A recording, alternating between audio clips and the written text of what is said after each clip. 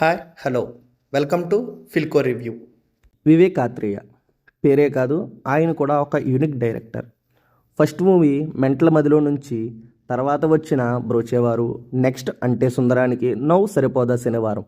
ప్రతి movie టైటిల్స్లో use చేసే text నుంచి ఆయన స్టోరీలో ఉండే స్క్రీన్ ప్లే వరకు ప్రతిదీ యూనిక్గా ఉంటుంది. తన ఫస్ట్ మూవీ అయిన మెంటల మదిలో నుంచి ఇప్పుడు వస్తున్న సరిపోదా శనివారం వరకు ఇండస్ట్రీలో ఎలాగన్నా మంచి సినిమా తీయాలన్న డెస్పరేషన్లో రాసుకున్న కథలు ఇవన్నీ అని వివేక్ ఆత్రేయ ఒక ఇంటర్వ్యూలో చెప్పారు. వివేక్ ఆత్రేయ రాసుకునే ప్రతి స్టోరీలో ఏదో ఒక రియాలిటీ పాయింట్ని బేస్ చేసుకుని స్టోరీ అండ్ స్క్రీన్ ప్లేని డిజైన్ చేసుకుంటారు.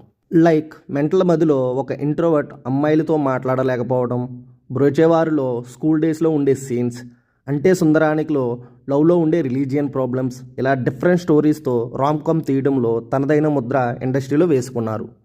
స్టోరీలో కామెడీని బ్లెండ్ చేసే విధానంలో ఆయనకు ఒక పెక్యులర్ స్టైల్ ఉంది. స్క్రీన్ ప్లే ఓరియంటెడ్ మూవీని ఒక కామిక్ వేలో మన ముందుకు తీసుకుని రావాలంటే వివేక్ ఆత్రేయ తర్వాతనే ఎవరన్నా. నౌ సరిపోదా శనివారం 6 months బ్యాక్ వచ్చిన గ్లిప్స్ నుంచి మొదలు పెడితే మొన్న వచ్చిన ట్రైలర్ వరకు వివేక్ ఆత్రేయ మార్క్ కనిపిస్తూనే ఉంది.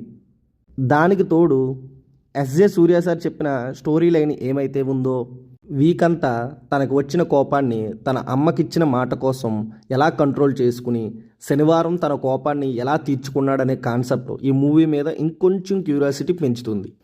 ఫైనల్గా నాని అన్నకి, మన ఎస్జే సూర్య సార్కి వచ్చే ఫేస్ ఆఫ్ సీన్స్ ఈ మూవీలో మన వివేక్ ఆత్రేయ గారు ఎలా డిజైన్ చేశారన్నది రేపు మనం స్క్రీన్స్ మీద చూస్తాం.